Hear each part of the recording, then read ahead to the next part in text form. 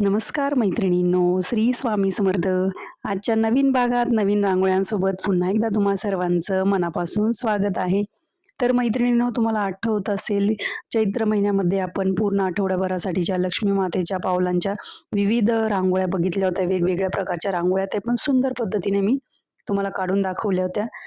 जर तुम्ही तो व्हिडिओ बघितलेला नसेल तर नक्की एकदा चॅनलला व्हिजिट करा आणि व्हिडिओ नक्की बघा.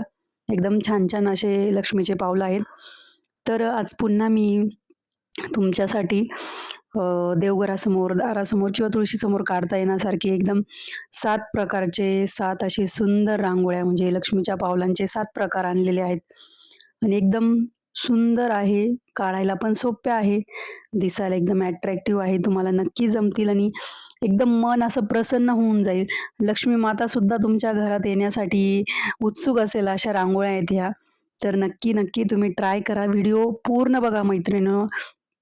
खूप विचार करून आणि खूप आता मला एक्सप्रेस नाही करता येते मला काय वाटतंय. खूप विचार करूनच मी ह्या रांगोळ्या तयार केलेल्या आहे. ह्या डिझाईन्स तुम्हाला कुठेही बघायला मिळणार नाहीत. तर नक्की ट्राय करा आणि कमेंट्स आल्या पाहिजे मैत्रिणींनो मला या व्हिडिओवर भरपूर. कारण की नाव ठेवण्यासारख्या नाहीच आहे. म्हणजे माझ्या पॉइंट ऑफ व्ह्यूने ह्या रांगोळ्या नाव ठेवण्यासारख्या नाहीच आहे. तर तुम्हालाही कशा वाटल्या कमेंट करून नक्की सांगा. म्हणजे जे मी एवढं माझी बुद्धीची एनर्जी घातलेली आहे या रांगोळ्यांसाठी, तर त्याचं थोडंफार कौतुक झालंच पाहिजे मैत्रिणींनो. काय वाटतंय तुम्हाला नक्की सांगा. मजाक करते हां मैत्रिणींनो, मला अशी बोलायची सवय आहे. कसं आहे आयुष्य आपल्याला एकदाच मिळतं, तर एकदम हसून खेळून जगलं पाहिजे माणसाने. तर पुढची रांगोळी बघा आणि हे आपण बेसिकच आकार वापरलाय प्रत्येक रांगोळीमध्ये. गोपद्म वापरलेलं आहे आणि बोटं वगैरे कसे काढायचे यावर बरेच 2-3 असे शॉर्ट व्हिडिओ मी टाकलेले आहेत. जरी तुम्हाला कळालं नसेल तर ह्या रांगोळीमधून तुम्हाला कळून जाईल आणि नक्की ह्या रांगोळ्यांची प्रॅक्टिस करा. एकदम छोट्या-छोट्या आकारांपासून सुरुवात करा. खूप सुंदर रांगोळ्या आहेत आणि तुम्हाला अशा रांगोळ्या नक्की जमतील. थोडी रांगोळी जास्त लागणार आहे कारण की फिंगर रांगोळी आपण वापरली. फिंगर रांगोळीचा प्रकार हा. तर तुम्हाला जर दारासमोर अशा छान-छान रांगोळ्या काढायच्या असतील, रोज नवीन रांगोळ्या शिकायच्या असतील आणि नवीन काहीतरी रांगोळी रिलेटेड तुम्हाला जर माहीत करून घ्यायचं असेल, तर नक्कीच आपल्या चॅनलला सबस्क्राईब केलं पाहिजे. कारण की सकाळच्या घाई गडबडीमध्ये पटकन होणाऱ्या त्या पण एकदम सुंदर-सुंदर रांगोळ्या तुम्हाला आपल्या चॅनलवरच बघायला मिळतील.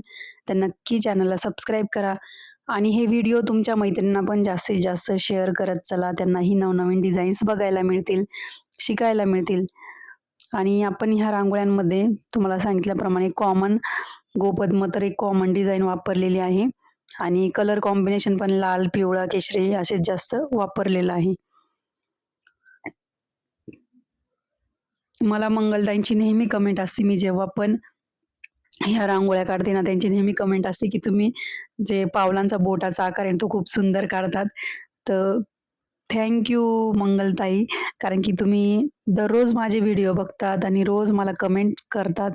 तर खरंच मनापासून धन्यवाद आहे. म्हणजे असे सबस्क्रायबर पण लाभणं म्हणजे एक नशीबच आहे माझं, की जे रोज रांगोळी बघतात, रांगोळ्या ट्राय करतात. त्या पण काहीतरी स्वतःच्या मनाने पण काहीतरी रांगोळीमध्ये ॲड करतात. बऱ्याच मैत्रिणी आहे ज्या व्हिडिओ बघतात, कमेंट्स करतात. तर मैत्रिणींनो तुम्ही जर नवीन असाल तर नक्की व्हिडिओ बघितल्यानंतर कमेंट्स पण करत चला. म्हणजे तुमच्या ज्या रांगोळीबद्दलच्या भावना आहेत, ज्या व्हिडिओबद्दलच्या भावना आहेत रांगोळीच्या, त्या माझ्यापर्यंत पोहोचतील किंवा काही सजेशन्स असतील तुम्हाला माझ्या व्हिडिओमध्ये काही वाटलं, की नाही बाबा असं नाही वेगळं पद्धतीने पाहिजे, अशा रांगोळ्या पाहिजे, तशा रांगोळ्या पाहिजे, काही रिक्वेस्ट असतील तुम्ही मला कमेंट करू शकतात. काहीच प्रॉब्लेम नाहीये, काहीच हरकत नाहीये. तुम्ही नक्की कमेंट करा. मी त्या कमेंटचा विचार करेल, त्या पद्धतीचे व्हिडिओ पण तुमच्यापर्यंत आणेल. मला म्हणजे ह्या रांगोळ्या काढतानाच खूप भारी वाटत होतं म्हणून जरा भारावून गेली मी म्हणून एवढी बोलतेय. तर बोलण्याकडे लक्ष न देता रांगोळीकडे पण तुम्ही लक्ष द्या.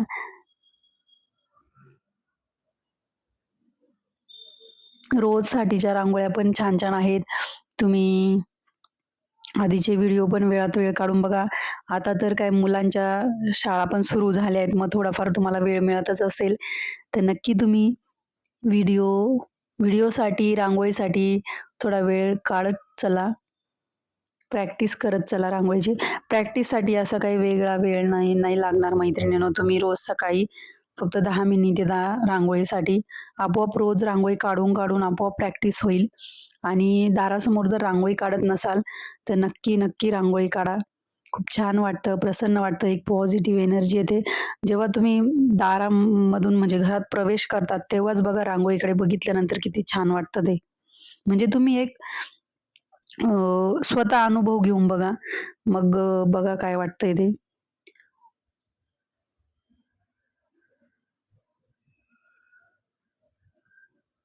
थोडा फास्ट केलाय व्हिडिओ कारण की काही-काही तेच कलर वगैरे भरण्याची एकच प्रोसेस आहे त्यामुळे. यामध्ये आपण बोटांना म्हणजे लाल कलरच्या रांगोळीने आपण बोटं काढलेली आहेत.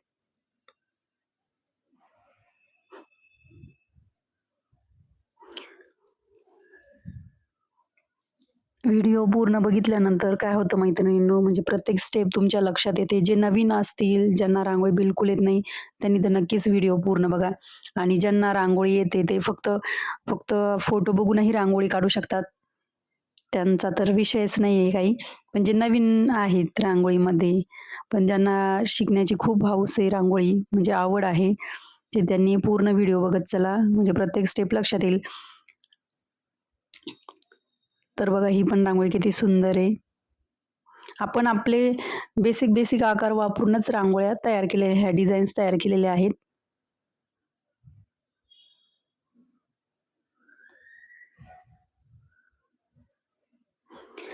आपल्याकडे जी कला असते मैत्रिणींनो, त्याचा तुम्ही योग्य ठिकाणी योग्य वापर केला पाहिजे.